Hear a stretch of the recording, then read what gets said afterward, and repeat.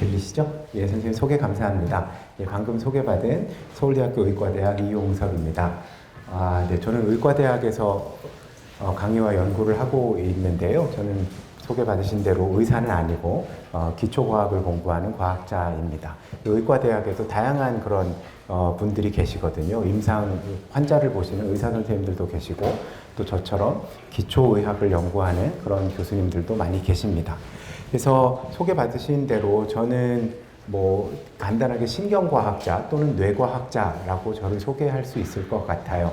그래서 우리의 뇌 중에서도 저희가 주로 연구해 온 것은 저희가 어떻게 해서 뇌가 우리가 배울 수 있고 또 기억을 할 수 있는지에 대한 연구를 계속 하고 있고요. 또 관련해서 이런 사회행동에 관한 그런 연구도 저희 연구실에서 같이 하고 있습니다. 그래서 오늘은 이런 이야기들을 여러분들과 좀 나눠보려고 해요. 앞서서 사실 사전 강연 선생님이 그 실습도 하시고 모레 막 이렇게 하고 되게 재밌게 수업을 하셔서 제 강의가 좀 재미없을 수도 있지만 한번 재밌게 한번 해보도록 하겠습니다. 사실은 여러분들이 어떤 기대를 가지고 오늘 강연에 오셨는지 모르겠어요. 사회적인 행동, 사회행동이라고 제가 제목을 붙였었는데 사실 사회행동이라고 하면 뭐 여러 가지 생각을 할 수 있을 것 같아요. 근데 우리가 쉽게 이런 이야기를 많이 합니다. 인간은 사회적인 동물이다라고 이야기를 해요. 우리는 전부 사회 속에서 살아가는 동물이죠, 그렇죠? 그래서 여러분들 중에 여기 초등학생들도 있고 중고등학생들도 있는데 태어나자마자부터 나는 그게 아니고 굉장히 독립적으로 살고 싶어 해가지고 엄마 뱃속에서 나오자마자 독립을 해본 경험이 있는 친구들이 있어요? 없어요, 그렇죠? 특히나 사람은 말 같은 동물을 보면 제가 어디 TV에서 보니까 말은 그 태어나자마자 되게 크게 태어나고요. 좀 있으니까 막 걸어다니고 막 그러더라고요. 근데 앞에 있는 친구는 걸어다닐 때까지 얼마나 걸렸는지 기억이 나요? 잘 안 나죠, 그렇죠? 근데 되게 오래 걸렸던 것 같아요. 저도 아이들을 키워보면 뭐 한 돌쯤 돼야 이렇게 좀 걸어다니고 뛰어다니고 했었던 것 같거든요. 그 전까지는 사실은 우리는 누가 돌봐주는 사람이 없으면 아무것도 하지 못하는 사람인 거예요. 그래서 태어나는 순간부터 일종의 사회생활을 하면서 우리가 삶을 시작하고 있더라고요. 그리고 좀 이제 크면 이렇게 막 다른 친구들이랑 어울려서 같이 어울려 놀기도 하고, 그리고 또 어른이 되면 또 다른 사람을 만나고 사랑하는 사람을 만나기도 하고 결혼하기도 하고 또 새로운 가정을 꾸리기도 하고 이런 여러 종류의 사회 행동을 우리가 합니다. 사회생활이라는 것을 해요. 그 안에 여러 가지 종류의 사회 행동이 있을 수 있겠죠. 그래서 또 인간은 서로 협동하는 동물이기도 합니다. 그렇죠? 여기 그림에 있는 친구들처럼 뭐 무거운 것이 이렇게 있을 때 서로 힘을 합쳐서 도와주기도 해요. 여러분들도 그렇죠? 뭐 도움이 필요한 친구가 있으면 서로 도와가는 그런 협동하는 그런 동물이기도 합니다. 뭐 또 늘 그렇기만 한 건 아니에요. 그렇죠? 우리는 또 뭐 여러 가지 이유로 다투기도 하고 싸우기도 합니다. 그렇죠? 이렇게 그냥 뭐 장난감을 가지고 싸우기도 하고 먹을 걸 가지고 다투기도 하고 또는 뭐 여러 가지 선의의 경쟁을 하기도 하고 또는 뭐 어른들처럼 나라끼리 전쟁을 하기도 하고 이런 것처럼 그 또한 여러 가지 다른 종류의 사회 행동이라고 이야기할 수 있을 것 같아요. 그러면 도대체 이러한 행동들은 우리의 행동이라는 것은 어떻게 결정이 되는 것일까라는 게 어쩌면 오늘 제가 사회행동이라고 이야기를 했지만 이제 뇌과학을 연구하는 사람으로서 오늘은 우리가 어떻게 이러한 행동을 결정하는 것은 무엇이고 어떠한 것들이 영향을 주는가에 대한 이야기라고 오늘의 강의를 이야기할 수도 있을 것 같아요.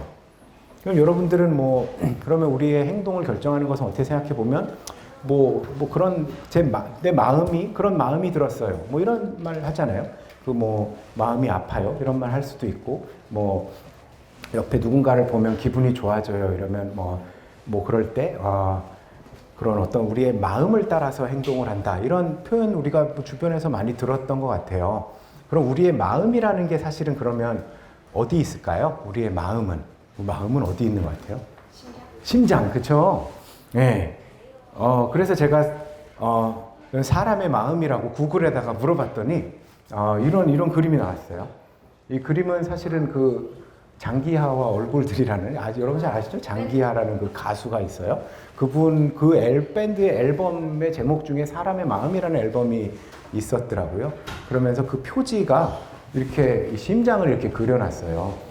그래서 이분은 이제 사람의 마음, 우리 마음이 아프다라는 말을 할 때 자연스럽게 마음이 아파 이런 몸짓을 같이 하기도 하잖아요. 그래서 이분은 아마 우리의 마음이라고 하면서 심장을 그려놨어요. 사실은 이런 생각을 아주 옛날부터 사람들이 했던 것 같아요. 아리스토텔레스라고 들어봤어요, 여러분? 네, 그렇죠. 아리스토텔레스는 뭐 수학자이기도 하고 철학자이기도 하고 과학자이기도 합니다. 생물학자이기도 하고요. 그래서 그분이 그렇게 말씀하셨대요. 사람의 마음은 심장에 있어. 라고 그 아주 유명한 아리스토텔레스 선생님이 그렇게 얘기를 하셨대요. 그리고 또 굉장히 그 비슷한 시대에 아주 유명한 사람이 있어요. 여러분들 들어봤을 것 같은데 히포크라테스라는 선생님이 있어요. 그렇죠? 히포크라테스의 선서 이런 거 들어봤죠? 저희 의과대학 앞에도 서울대학교 의과대학에도 정문에 가면 히포크라테스 동상이 이렇게 서 있습니다. 그런데 그 시절에 그분은 의사 선생님이셨죠? 그분은 사람의 마음이 심장에 있는 게 아니라고 말씀하셨어요. 그분은 사람의 마음은 뇌에 있다고 말씀을 하셨어요. 그리고 우린 이제 시간이 흐르고 흘러서 제가 뭐 하는 사람이라요? 저는 뇌과학자라 그랬잖아요. 그러니까 저는 사람의 마음이 어디 있다고 말할 것 같아요? 네, 그렇죠. 뇌에 있다고 말을 하겠죠. 예. 그런데 재밌게도 아리스토텔레스 선생님 그러면 뇌는 뭘 하는 곳이라고 얘기했을까요? 이렇게 보면 이렇게 뇌 이렇게 쭈글쭈글하게 이렇게 생겼잖아요. 여러분들 여긴 이제 요즘 건물이 리노베이션이 돼서 없지만 예전에 여기 부모님들이나 선생님들은 소위 이렇게 건물에 보면은 라지에타라고 우리가 부르는 전열기구죠. 이렇게 그런 것들을 기억하실 거예요. 난방기구 같은 것들 보면 쭈글쭈글하게 이렇게 생겼습니다. 그래서 우리 몸에 이렇게 열이 많이 나는데 이 뇌는 이런 우리 열을 방출하는 그런 라디에이터 같은 그런 기관일 거야라고 아리스토텔레스 선생님은 말씀하셨대요. 사실 틀린 얘기죠. 그래서 세월이 지나고 사람들이 계속 공부를 해봤더니 우리의 마음은 우리의 행동을 결정하는 마음이 있는 곳은 뇌더라는 것을 우리가 이제는 잘 알고 있습니다. 이런 것들을 어떻게 알게 됐냐 하면 예전에는 이제 어떤 불의의 사고를 당해서 뇌를 다치신 분들, 심장을 다치신 분들, 뭐 어디 다른 기관을 다치신 분들을 통해서 그 기관이 어떤 역할을 하는지를 우리가 알 수 있었던 거예요. 이분은 피니어스 게이지라고 하는 분입니다. 예전에 사셨던 분이에요. 1800년대에 사셨던 영국 분인데, 영국에 이제 이분은 그 철도 공사에서 감독관으로 일을 하는 분이셨대요. 근데 여기 보면 이분이 얼굴 자세히 보면 여기가 좀 이상합니다. 그렇죠? 이쪽 왼쪽 눈이 좀 감겨 있고, 그렇죠? 그리고 이 사람이 뭐 이상한 걸 들고 있어요. 여기 커다란 그렇죠? 쇠막대기 같은 걸 들고 있어요. 이게 뭔지 아세요? 그러니까 이분이 이제 지팡이가 아니고 사실 되게 무서운 이야기예요. 이분이 철도 현장에서 옆에 감독관으로 있다가 거기 뭐 여러 가지 터널도 뚫고 뭐 해야 되니까 막 폭파 같은 걸 막 시켜야 되잖아요. 그래서 그런 현장에서 이 철근이 슝 하고 날아온 거예요. 이렇게 날아와서 여기로 뚫고 들어가가지고 이쪽 눈을 이렇게 뚫고 이렇게 머리로 이렇게 들어가서 이렇게 들어가서 절로 이렇게 관통을 한 건데 놀랍게도 이분이 돌아가시지 않았어요. 그래서 이렇게 기념으로 들고 사진도 찍으시고.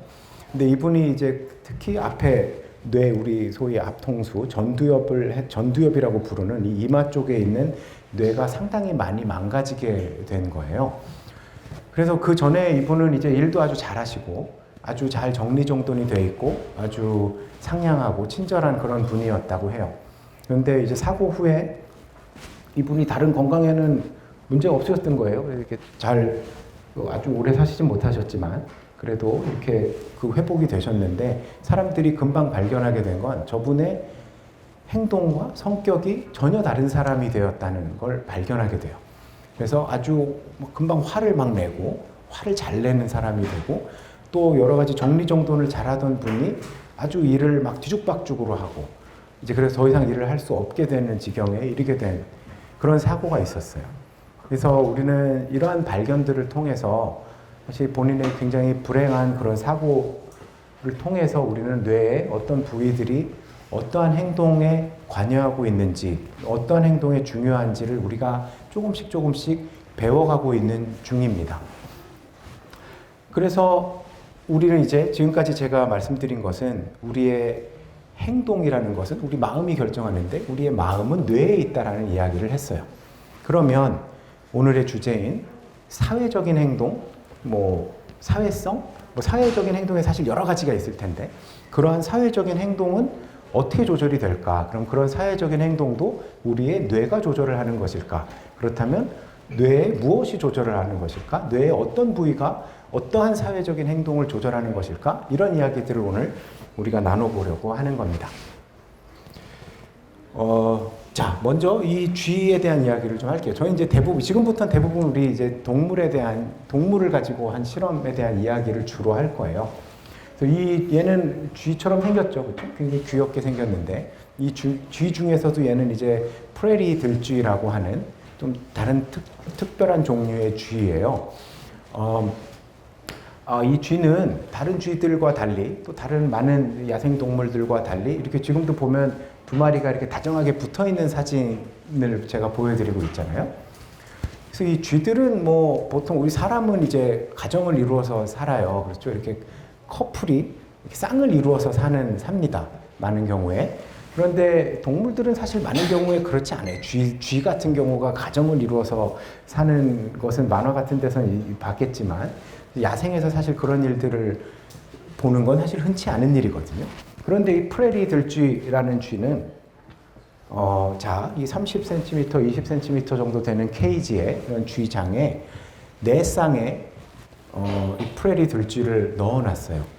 그랬더니 M은 이제 수컷, F는 피메일 해서 암컷을 이렇게 표현한 건데 원래 지내던 이 자기네 커플들끼리 어디를 돌아다니느냐를 이렇게 그림으로 표현한 것인데요. 이렇게 보았더니 1번 커플은 여기서 자기네들끼리 이렇게 여기서만 머무르고 2번 커플은 이쪽에, 3번은 여기, 4번 여기 이런 식으로 계속 커플들끼리 이렇게 붙어 다닌다는 걸 알게 됐어요. 네, 그래서 얘네들이 사회 행동 중에서도 우리가 이제 뒤에서 살펴볼 것들은 여러 가지 서로 경쟁을 한다든가 이런 것들을 볼 텐데 이제 막 우리 강연을 시작하고 있으니까 좀 이렇게 아름다운 사회 행동을 먼저 이야기해 보려고 하는데 그래서 이게 서로 이렇게 사랑하면서 지내는 거예요. 아주 사이좋게. 그래서 레리 영이라는 교수님이 계셨는데 그리고 또 다른 여러분들과 함께 연구를 하셨는데요. 레리 영 교수님 안타깝게도 사실은 막 지난주에 사실 돌아가셨다는 소식을 제가 접하게 돼서 안타까운 마음이 있는데요. 그 레리 영 교수님이 이제 얘네들이 어떻게 해서 이 프레리 들쥐들은 다른 들쥐들랑은 다르게 이렇게 사이좋게 지낼 수 있을까? 이런 연구를 하셨어요. 근데 일단은 그 뇌에 무슨 일이 있을 거라는 것을 먼저 이렇게 생각을 한 거죠. 그렇다면 뇌에 어떤 물질이 우리 뇌의 어떤 부위에 작용을 해서 이런 행동이 나타날까라는 실험을 하셨는데요. 간단하게 결과를 먼저 말씀드리면 여러분 옥시토신이라는 호르몬을 들어봤어요? 예, 아주 훌륭한 학생들이에요. 옥시토신은 뭐 하는 호르몬이죠? 들어는 봤는데. 예, 여러 가지를 해요. 사실은 제가 중학교 때쯤 옥시토신은 처음에 이런 젖분비 호르몬, 그렇죠? 이런 모유가 나오게 하는 그런 분비 호르몬 중에 하나라고 배웠던 것 같아요. 실제로 어떻게 보면 연관이 있을 수도 있겠죠. 그래서 이제 이분은 여러 가지 호르몬들을 테스트를 했는데 그 호르몬이 뇌의 어느 부위에 잘 들러붙는지, 잘 달라붙는지, 그리고 아까 이야기한 프레리 들쥐와 다른 일반 들쥐랑 어떤 차이가 있는지를 한번 비교를 해본 거예요. 우리가 실험을 할 때는 항상 뭔가 이렇게 된 거랑 저렇게 된 거를 비교해 보면서 얘는 왜 이렇게 됐고 쟤는 왜 저렇게 됐는지를 우리가 알아낼 수 있잖아요. 그래서 얘는 프레리 들쥐고 얘는 별로 커플 생활을 하지 않는 그런 들쥐였던 거예요. 그래서 봤더니 옥시토신을 이 뇌에다 붙여봤더니 프레리 들쥐는 이쪽에 시커멓게 이렇게 붙으면 까맣게 된다고 생각하면 되는데 이런 이름은 몰라도 됩니다. 하여튼 측좌핵이라고 뉴클리어스 어컴번스라고 하는 부위에 옥시토신이 많이 달라붙는다는 걸 알았어요. 그런데 얘네들은 별로 그렇지 않죠. 그 다음에 전두엽이라는 부위, 제가 오늘 여러 번 이야기할 텐데 전두엽이라는 부위에도 이 프레리 들쥐는 이 옥시토신이 많이 달라붙는데 얘는 그렇지 않다는 걸 알았어요. 그래서 아마 옥시토신 때문에 그런 게 아닐까? 그리고 옥시토신이 뭐 이러이러한 부분 뇌의 영역 중에 달라붙을 수 있기 때문에 이런 일이 벌어지는 건 아닐까? 이런 생각을 하게 된 거예요. 그래서 이분들이 하신 실험이 뭐냐면 이제 이 쥐에서 이건 이제 그 한양대학교 신인철 교수님이 이렇게 재밌게 만화를 그려주셨는데요. 그 이제 옥시토신, 얘가 옥시토신이고, 옥시토신이 이제 가서 들러붙으려면 이게 수용체라는 게 있어요. 그러니까 뭐 우리가 공을 던지면 포수가 공을 글러브로 착 받아야 되는 것처럼 이런 호르몬이 결합할 수 있는 일종의 이런 결합하는 자리가 있어야 되는데, 이 프레리볼에, 아까 프레리 들쥐에서 이 옥시토신 수용체를 없애보는 실험을 해본 거예요. 그리고 아까 특정한 부위에서 그 아까 제가 말씀드린 뭐 측좌핵이나 뭐 전두엽 같은 부위에서 이렇게 둘이 결합을 옥시토신 수용체에 달라붙지 못하게 하는 실험을 했더니 걔네들이 이제 이렇게 뭐 이렇게 싸우는 것까지는 아니고 같이 아까 같이 케이지 안에서 둘이 계속 붙어 다니지 않게 된다는 걸 알게 됐어요. 그래서 그 논문이 나오고 나서 막 옥시토신이 엄청나게 유명해졌어요.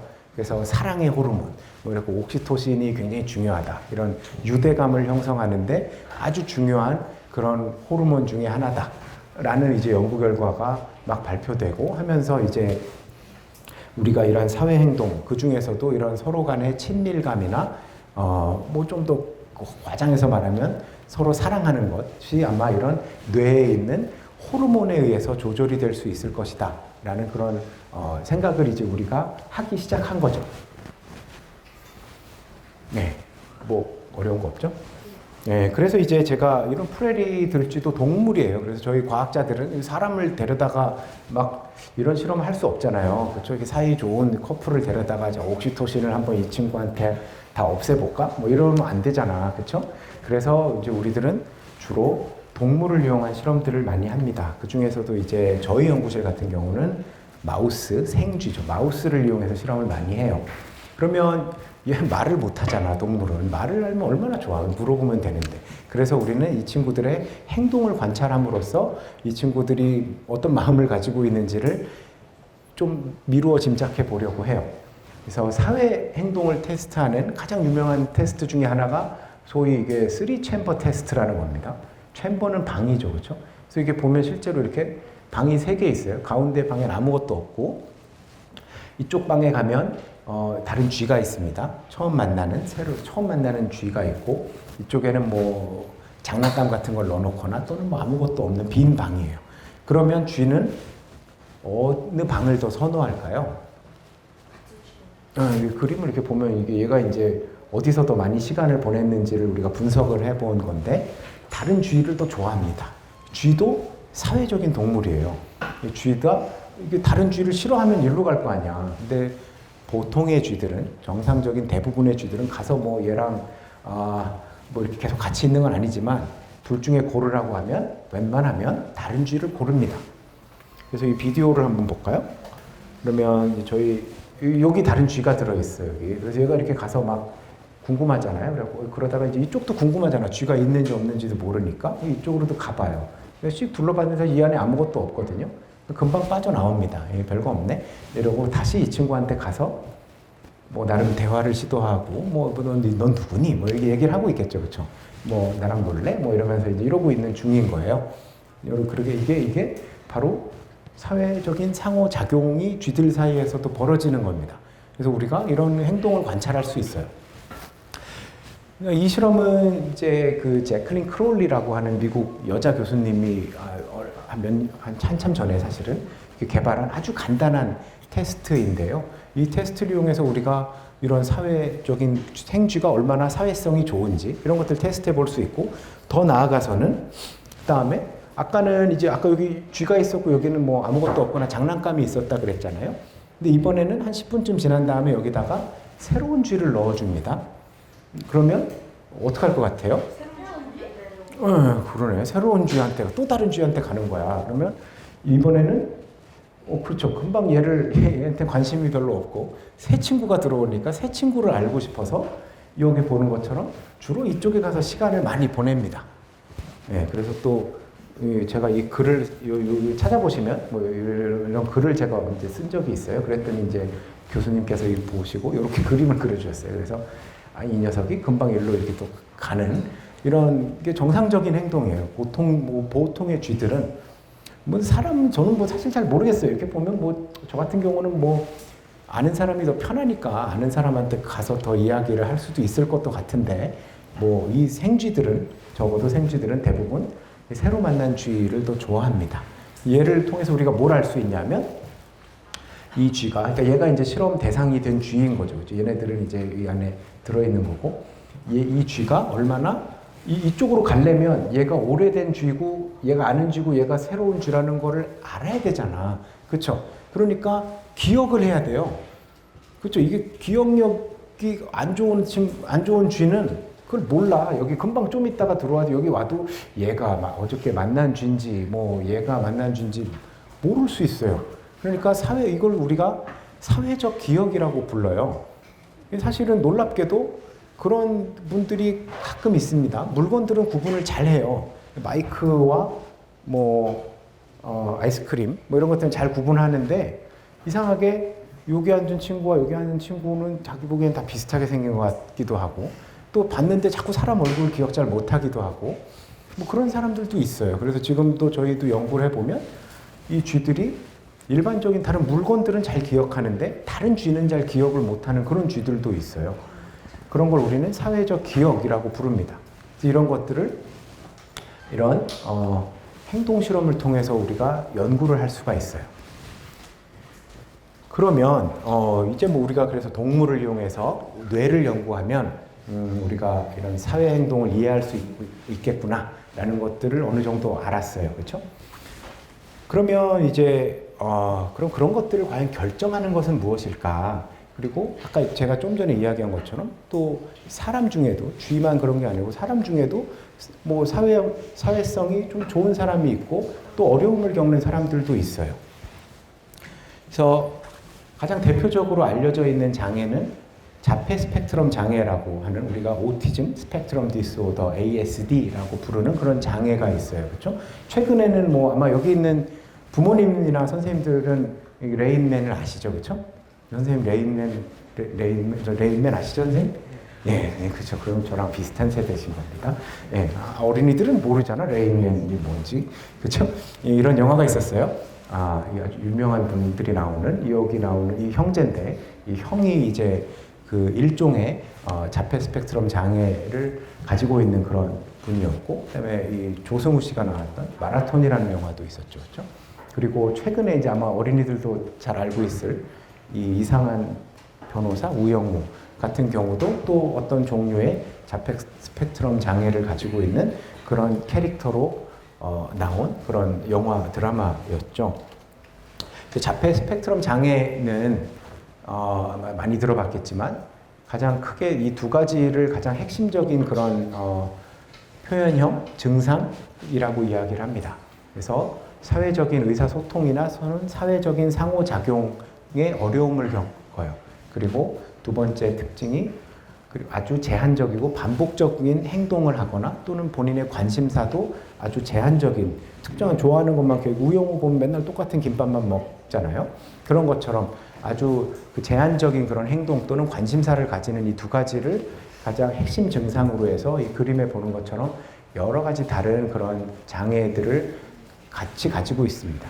그래서 스펙트럼 장애라고 불러요. 표현형의 스펙트럼이 굉장히 넓은 거죠. 우영우 같은 사람도 있고 마라톤에 나온 것 같은 사람도 있고 더스틴 호프만이 나온 레인맨 같은 사람들도 있는 거죠. 놀라운 사실은 이 자폐가 예전에 1970년부터 데이터를 보면 지금 2023년의 결과를 보면 발표된 결과인데 미국의 결과예요. 미국에서 태어나는 어린이들 중 36명 중에 1명이 ASD로 진단을 받는다라는 그런 결과가 발표된 적이 있어요.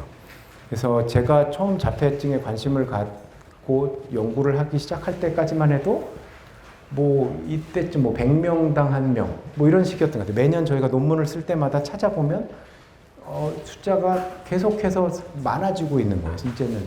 그래서 317%가 2000년 이후에 3배가 넘게 증가했다는 거죠.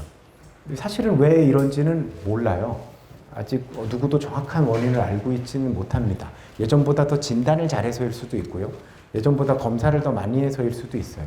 예전 또는 정말로 어떠한 원인에 의해서 유전적인 또는 환경적인 요인에 의해서 정말로 질병이라는 표현보다는 이러한 장애가 더 많아지고 있는지도 몰라요.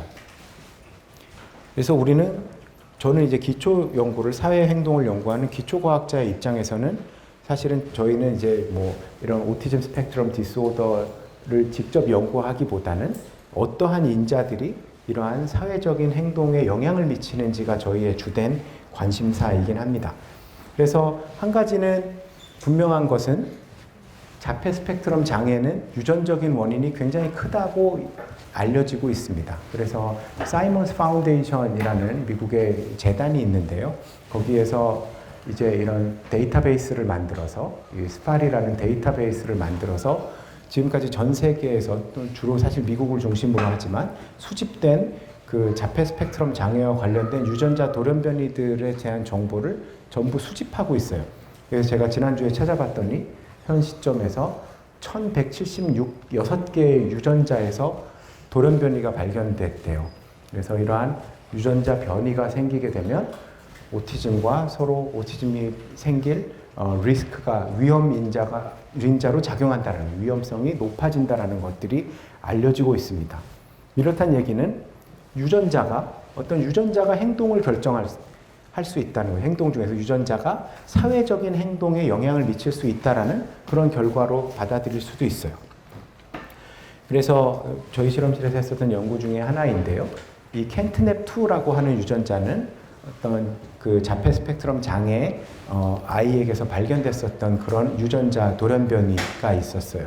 그래서 그 변이를 가진 생쥐의 경우 아까 설명했었던 이 3챔버 테스트라는 것을 해보면, 그러니까 이 쥐를 저희가 이제 돌연변이 생쥐를 만들 수 있거든요. 유전자 조작 생쥐라고 들어봤죠. 그래서 사람과 쥐는 생긴 거 전혀 다르잖아. 얘랑 나랑 좀 다르게 생겼잖아요. 하지만 굉장히 많은 유전자를 공유하고 있어요.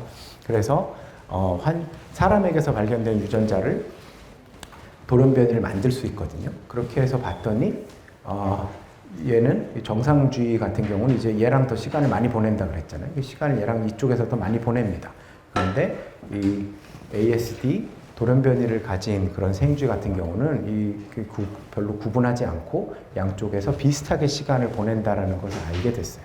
그래서 이런 유전자가 이런 사회 행동에 영향을 미치는구나라는 것들을 우리가 알 수 있습니다. 그렇다면 그 유전자 말고 환경에 영향은 없을까? 이런 생각 여러분들 할 수 있죠, 그렇죠? 그래서 이런 환경이 사회 행동에 영향을 미친다라는 가장 잘 알려진 사례는 이 사진에 있는 루마니아 고아원 사례라고 여러분들 들어본 적 있어요? 아주 예전에 루마니아에서 나라에서 그 아이를 많이 낳는 걸 아주 장려했대요. 우리나라도 사실 그러고 있지만 인구가 우리는 계속 줄어들고 있는데, 거기서 이제 나라 인구가 늘어나야 이제 선진국이 될 수 있다고 생각해서 정부에서 이제 아이를 많이 낳기를 장려해서 실제로 정말 아이를 되게 많이 낳았는데 감당하지 못해서 고아원에 버려진 아이들이 굉장히 많았대요. 그래서 이제 고아원에서 아이들이 많이 자라게 되는 그런 특정 시기가 있었는데, 그 형편이 어렵다 보니까 고아원에서 아이들이 제대로 돌봄을 받지 못하는 그런 일이 있었던 거예요. 그리고 나서 이제 나중에 그것들이 다른 나라에 알려지고 막 이러면서 이제 그 아이들이 다른 가정에 입양이 되거나 해서 이제 다시 잘 사회 구성원으로 자라나게 됐는데, 이제 이 연구하는 분들이 그 아이들에게 무슨 일이 벌어졌는지 계속 자라면서 그 아이들을 계속 추적해서 연구를 해본 거예요. 그랬더니 뭐 영어로 써 있어서 좀 그렇지만 뭐 이 얘기는 첫 번째 아래쪽에 있는 건 여러 가지 이제 사회적인 그런 행동을 측정하는 그런 검사 같은 걸 해봤더니 이 아이들이 나중에 가정에 입양이 돼서 가정의 일원으로 자랐음에도 불구하고 어렸을 때 정상적인 사회 생활을 하지 못했었던 그런 경험 때문에 이런 사회성 지수가 굉장히 낮게 나오더라는 그런 결과가 있었고, 또 놀랍게도 이 친구들의 뇌에도 여기 브레인 볼륨이 뇌의 볼륨이거든요. 그러니까 뇌도 작아졌더라. 그러니까 뇌의 구조와 기능에 모두 영향을 줬더라는 그런 결과를 발표한 적이 있습니다. 저희 연구실에서 또 이런 비슷한 실험을 해봤어요. 저희 연구실에 있는 학생들이 쥐는 엄마랑 이제 이렇게 이렇게 여러 마리가 같이 새끼를 낳게 돼요. 그러면 3주 정도 지나면 이제 엄마로부터 이렇게 분리를 합니다. 근데 아까 얘기한 것처럼 쥐는 사회적인 동물이기 때문에 원래 이렇게 한 케이지에 4마리 정도 같이 키워요. 집단 생활을 합니다. 그래야 애들이 해피하게 지내요. 그런데 이제 약간 이렇게 사회적인 고립을 시키는 것처럼 이제 그런 환경을 만들어주기 위해서 인위적으로 얘네들을 서로 형제들로부터 이렇게 떼어놨습니다. 혼자 키우는 거예요. 단독 사육을 8주 정도 한 거예요. 그래서 대조군은 계속 같이 키우고 어떤 애들은 이렇게 혼자서 키운 거죠. 네, 그 다음에 다시 이제 8주가 지난 다음에는 마치 루마니아 고아원의 아이들이 다시 입양을 간 것처럼 얘네들을 다시 이렇게 만나게 해줬어요. 그래서 다시 4주간 집단 사육을 시켜봤습니다. 그리고 나서 이 친구들의 사회 행동에 무슨 일이 생겼는지 한번 들여다봤더니 역시 아까 이제 우리 이 그림이 나오면 여러분들 다 이거 알 수 있어요. 전문가처럼. 그렇지? 3챔버 테스트라는 걸 해봤더니 뭐 사회적인 상호작용은 이게 위에 있는 애들은 집단 사육을 한 애들이고 밑에 있는 애들은 단독 사육을 한 애들이거든요. 별 차이가 없었어요. 다행이군 이렇게 생각을 했는데 두 번째 테스트를 해본 거죠. 여기 알고 있는 쥐, 그다음에 여기 새로운 쥐 친구를 넣어줬어. 그러면 정상 쥐는 새로운 쥐랑 이렇게 더 시간을 많이 보낸다 그랬잖아요. 그런데 이 단독 사육을 8주간 경험했었던 쥐들은 그렇지 않다는 걸 저희가 발견을 했어요. 그래서 이렇게 어렸을 때 환경이 이 사회적인 고립을 오랫동안 경험하게 된 경우에 이런 사회 행동에 문제가 있을 수 있구나라는 것들을 알게 됐습니다. 그 중에서도 상호작용에는 문제가 없는 것처럼 보였지만 이런 사회적 기억에 문제가 생긴다라는 것을 저희가 보고한 적이 있습니다. 그래서 저희가 뭐 뇌를 이렇게 연구를 해봤더니 여러 부위가 이렇게 쥐의 뇌가 이렇게 생겼어요. 대뇌가 있고 소뇌가 있습니다.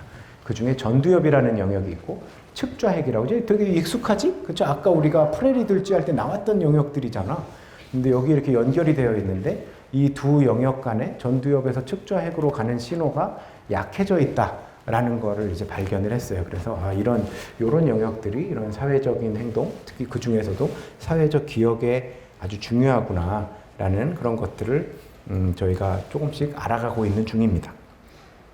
그 다음에 또 환경이라고 하면 아까는 이제 사회적 고립이 있었지만 또 많이 연구하고 있는 그런 부분들이 이제 이 경우는 모델이 엄마 쥐가 임신을 했을 때 약물에 엄마 쥐가 노출이 된 그런 경우. 이제 아이가 아니죠. 새끼가 새끼라고 하니까 좀 그렇지만 베이비 쥐가 태어나고 걔네들의 사회 행동을 테스트해 본 거예요. 그랬더니 이제 여기는 이제 발프로산이라고 해서 뭐 여러 뇌전증 치료 약으로 쓰기도 하고 뭐 양극성 장애 치료에 사용하기도 하는데요. 그런 약물을 이제 이 엄마 쥐가 임신 중에 투여받은 거죠. 그런 경우에 이제 이 애기 쥐들을 보게 되면 애기 쥐들이 보통 이제 이 3챔버 테스트를 또 해본 거예요. 그랬더니 이제 대조군 같은 경우는 다른 생쥐랑 이렇게 시간도 많이 보내는데 이 임신 중에 약물에 노출됐었던 쥐 같은 경우는 이렇게 이쪽을 더 선호하지 않고 양쪽에 왔다리 갔다리 하더라. 이런 것들을 발견하게 됐습니다. 이때는 또 전두엽에서 활성이 오히려 이 경우는 증가해 있었다는 것을 저희가 발견을 해서 보고를 한 적이 있어요. 그래서 결국은 우리 사회 행동을 결정하는 것은 유전자가 100% 하는 것도 아니고 환경이 100% 하는 것도 아니라고 지금은 생각을 하고 있습니다. 그래서 유전자와 환경이 서로 상호작용을 해서 사회 행동이 만들어지는 어떤 이 결정되게 된다라고 생각을 하고 있습니다. 네, 그래서 지금까지는 이렇게 간단한 종류의 서로 사회적인 상호작용, 사회적인 기억, 뭐 이런 정도의 사회적 행동을 이야기해 봤고요. 이제 남은 시간 동안은 좀 빨리 뭐 여러 가지 다른 종류의 사회 행동에 대한 이야기를 좀 해보려고 해요. 그다음에 우리는 또 공감하는 동물이기도 합니다. 그렇죠? 옆에 사람이 아프면 나도 아픔을 느껴요. 고통을 같이 느끼잖아. 안 그러니? 그래, 그렇지? 옆에 사람이 기쁘면 나도 기뻐요. 그렇죠? 우리는 공감 능력을 가지고 있어요. 근데 동물도 그런가요? 그런 수도 있고 아닐 수도 있어요. 그런데 쥐에서 그런 공감을 연구할 수 있을까? 이런 부분에 대해서는 뭐 오랫동안 사람들이 에이 쥐가 뭐 이런 생각 많이 했었거든요. 사실 이런 연구는 우리나라의 신희섭 교수님이라고 들어보신 분이 있을 수도 있어요. 예전에 포항공대에 계시다가 킹스트에 오래 계시다가 또 IBS라고 기초과학연구원의 단장으로 계셨던 신희섭 선생님 연구실에서 이런 모델을 만들어서 연구를 했었어요. 그래서 보니까 이 쥐는 바닥에 이렇게 전기 자극을 줄 수 있는 특별한 상자에 들어가 있고요. 얘는 그냥 안전한 곳에 있습니다. 그래서 얘가 이제 바닥에 전기 자극을 주면 얘는 아프겠지. 그래서 얘는 아파요, 지금. 그래서, 그러고 있는데, 그럼 얘가 과연 얘를 보고 어떠한 반응을 보일 것인가를 관찰을 해본 거죠. 그랬더니 쥐들은 공포를 느끼게 되면, 움직이지 않고 가만히 있는 그런 행동을 보입니다. 우리가 얼어붙기라고 프리징이라고 하거든요. 여러분들 뭐 보면 고속도로에서 뭐 미국 뉴스 같은 데 사슴이 차가 오니까 놀래서 가만히 있다 치여 죽었다 뭐 이런 거 영화 같은 데도 보면 많이 나오잖아. 무서우면은 가만히 있게 돼. 사람도 극도의 공포 상태를 느끼게 되면 도망가지도 못하고 가만히 있잖아. 그래서 쥐들도 이렇게 얼어붙는 그런 행동을 보이거든요. 그래서 얘가 자기가 사실 고통을 느끼는 게 아닌데도 옆에 있는 쥐가 이렇게 고통을 받는 것을 관찰을 하는 것만으로도 두려움을 느끼더라는 것을 신희섭 선생님 연구실에서 한참 전에 보고를 했어요. 그리고 지금도 IBS에 계신 여러 다른 선생님들께서 뇌에서 무슨 일이 벌어지길래 저런 공감 행동을 보이는 걸까라는 그런 연구들을 계속 하고 계세요. 그래서 이게 그러면 그냥 무서운 건지 공감인지 뭐 어떻게 아니냐 여러 가지 실험들을 해봤겠죠. 여기 고통을 느끼는 쥐가 아무 관계도 없는 쥐일 수도 있고 자기 형제 자매일 수도 있잖아요. 근데 자기랑 관계가 있는 자기 친척 쥐가 형제 자매 쥐가 여기서 고통을 받고 있을 때 얘가 더 같이 이 공포를 느끼더라는 그런 결과들을 보고함으로써 이게 그냥 단순히 그냥 반응이 아니라 실제 공감을 하고 있구나라는 그런 이제 연구 결과를 얻을 수가 있었어요. 그래서 최근에 이제 금세훈 박사님, 여기 IBS에 계신 금세훈 박사님께서 이 어느 부위가 중요하고 뭐 어떤 일들이 벌어지는지를 계속 연구를 하고 계신데요. 봤더니 이 전대상 피질이라는 부위가 있는데 이건 아까 나왔던 전두엽이랑 거의 비슷한 동네입니다. 앞쪽에 있는 그 전대상 피질에서 이런 이 신경들이 어떤 서로 상호작용하는 게 되게 중요하더라. 우리 신경세포에는 잠깐만 어려운 얘기를 하면 신경세포 중에는 흥분성 신경세포가 있고 억제성 신경세포가 있거든요. 흥분과 억제가 있어요. 늘 그 두 가지가 균형을 맞춰야 우리가 정상적으로 행동을 하고 생각을 할 수 있는 거거든요. 그래서 그러한 이 전대상 피질에서 이러한 억제성 뉴런과 흥분성 신경세포의 상호작용이 이런 공감에 중요한 역할을 하더라는 그런 연구 결과들을 얻고 있습니다. 무서운 얘기를 했으니까 그 다음에는 이제 그럼 쥐들도 협력을 할 수 있을까? 아까 우리가 협동을 하는 사람들 이야기를 잠깐 했었잖아요. 그래서 사람을 가지고 우리가 브레인 이미징을 해볼 수 있잖아요. MRI 같은 것들을 통해서 브레인 이미징을 해보면 뭐 여러 가지 이제 MRI 통해 사람들이 들어가가지고 협력을 해야 되는 그런 상황이 됐을 때 어느 뇌 부위가 활성화될까? 이런 연구 사람들이 사람을 가지고 많이들 하고 있어요. 그렇게 봤더니 사람에서 이 OFC라고 부르는 안화 전투 피질이라는 곳이 협력을 할 때 왠지 중요할 것 같아. 뭐 이런 연구 결과들이 조금씩 얻어지고 있거든요.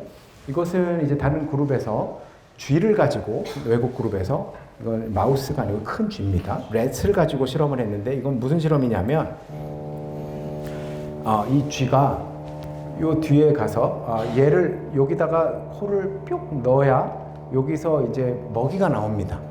그런데 이 규칙은 둘이 가서 같이 눌러야만 여기서 먹이를 먹을 수가 있어요. 나 혼자 가서 열심히 누른다고 되는 게 아니에요. 그래서 얘네가 처음엔 룰을 몰라. 그러니까 가서 막 이렇게 누르고 가서 자꾸 뭐 나왔나 보고 여기 가서 누르고 먹이가 나왔나 이렇게 보고 하지만 나중에 이제 서로 볼 수 있게 돼 있어서 서로 이제 분위기 파악을 하고 나중에 박자를 맞춰서 가서 꾹 누르고 가서 같이 받아 먹고 이런 행동을 합니다. 이때 봤더니 여기 안화 전두 피질이라는 곳에 신경세포들이 더 활성화되더라는 그런 결과를 보고했어요. 그래서 정말로 아마 이러한 영역이 협동을 하는데 되게 중요한 건 아닐까? 이런 생각들을 하게 됐습니다. 그다음에 이것도 되게 재미있는 결과인데요. 이건 한국뇌연구원의 구자욱 박사님이라는 연구분과 또 카이스트에서 같이 그 연구팀들이 같이 연구를 한 굉장히 재미있는 그런 연구 내용입니다. 보시면 이 쥐들이 이렇게 다시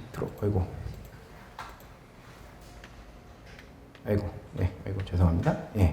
슉. 이게 뭐냐면 여기 가서 여기 막대기 같은 게 있어요. 레버를 당기면 여기서 먹이가 나옵니다. 근데 얘네들이 먼저 세 마리가 있잖아. 한 마리씩 가지고 테스트를 해보면 다 되게 잘해요. 가서 열심히 누릅니다. 세 마리 다 성실하게 가서 여기 누르고 가서 먹이를 받아 먹고 이렇게 하거든요. 그런데 세 마리를 한꺼번에 넣어두면 싸우는 것도 아니고 한 명만 가가지고 계속 눌러. 그리고 얘네들은 누르러 안 가고 얘가 누르면 누르면 나오거든요. 그러니까 얘네들은 누르러 안 가. 여기 있다가 나오면 그냥 집어 먹는 거야. 그냥 받아만 먹는 거지. 그런 애들이 생기는 거예요. 그래서 이런 애들은 모르지. 얘가 이타적인 건지 얘가 이기적인 건지 모르겠지만 이런 행동을 한다는 걸 알게 됐어요. 그래서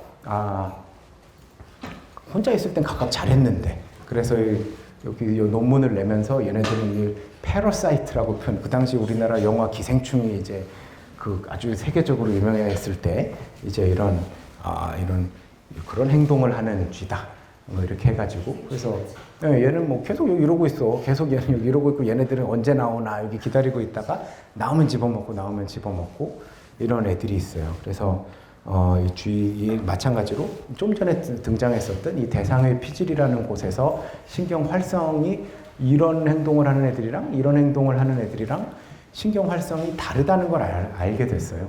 그래서 이러한 행동도 뇌가 결정을 하는구나 라는 걸 알게 됐습니다. 그 다음에 이게 동물들은 여러분들 다 뭐 사자나 뭐 이런 것도 다 서열이 있는데 이 쥐들도 마찬가지입니다. 쥐들도 랭킹이 있어요. 자기는 아까 한 케이지에 4마리씩 키운다 그랬잖아. 그럼 그 중에 1등이 있고 뭐 싸우면 이기는 애가 있고 그다음에 이렇게 그 순위가 낮은 애들이 있어요. 이걸 보면 이런 거 그럼 누가 센 놈인지 어떻게 아느냐? 튜브 테스트라는 걸 아주 간단한 테스트예요. 이렇게 보면 서로 이렇게 마주보고 있잖아. 그러면 서로 외나무 다리에서 이제 만난 것처럼 이러고 있다가 결국은 밀어냅니다. 이렇게 센 놈이. 그럼 하나 이렇게 밖으로 떨어져요. 그러면 얘가 얘보다 랭킹이 높은 애구나라고 우리가 알 수 있겠죠. 4마리를 우리가 쌍을 지어가지고 테스트해보면 누가 1, 2, 3, 4등인지 알 수 있겠죠. 이 영상도 한국뇌연구원의 구자욱 박사님께서 저한테 보내주셨어요. 그래서 이제 이 경우 사실 머리에 뭐 반짝반짝하는 거 이렇게 달고 있잖아요. 저건 오늘 자세히 설명은 안 하겠지만 새로 광유전학이라는 기술이 이제 저희 뇌과학에서 엄청나게 많이 쓰이고 있거든요. 빛을 이용해서 신경의 활성을 조절할 수가 있어요. 마치 리모컨으로 껐다 켰다 할 수 있는 것처럼. 그래서 마찬가지로 전두엽의 활성을 조절하게 되면 이 쥐는 원래 랭킹이 낮았던 쥐예요. 그런데 이게 깜빡깜빡 해줬더니 얘가 이제 갑자기 얘를 이기기 시작하는 거지. 이런 행동이 역시 뇌에 의해서 활성에 의해서 조절될 수 있고 또 변화할 수 있다는 걸 그럼 보여주는 결과입니다. 이 실험 결과는 중국에 있는 하일란 후라는 교수님 연구실의 결과인데 그래서 전두엽에서 신경세포 활성을 측정해 봤더니 뭐 이상하게 찍찍찍 이렇게 나오죠. 전기 신호를 측정하는 실험을 해봤더니 대충 봐도 여기 얘보다 되게 많잖아 밑에. 그렇죠? 순위가 높은 애들이 이 부위에 전두엽 활성이 더 활발하더라는 그런 결과 거예요. 그런데 재미있는 것은 조금 전에 저희 머리에 이렇게 반짝반짝 하는 것처럼 그런 실험을 또 마찬가지로 이건 그 하일란 후 교수님 실험실에서 이 전두엽의 신경 활성을 아까 이야기한 광 유전학이라는 기술을 써서 인위적으로 자극을 해본 거예요. 그래서 순위가 랭킹이 낮은 쥐를 여기를 계속 활성화시켜주면 아까 본 것처럼 지던 쥐가 이기게 되는 거야. 근데 되게 재미있는 결과는 뭐냐면 이 랭킹이 상승돼 있다가 어떤 쥐는 그냥 다음날 되면 다시 또 지는 쥐가 됩니다. 근데 어떤 쥐들은 한 번 이기게 해줬더니 그 다음에 계속 이겨. 그 다음에는 전두엽을 자극하지 않아도. 전두엽을 자극해주는 횟수가 많으면 많을수록 6번 이상 자극해주면 걔네들은 전부 다 랭킹이 떨어지지 않고 계속해서 이기는 쥐가 된다라는 거예요.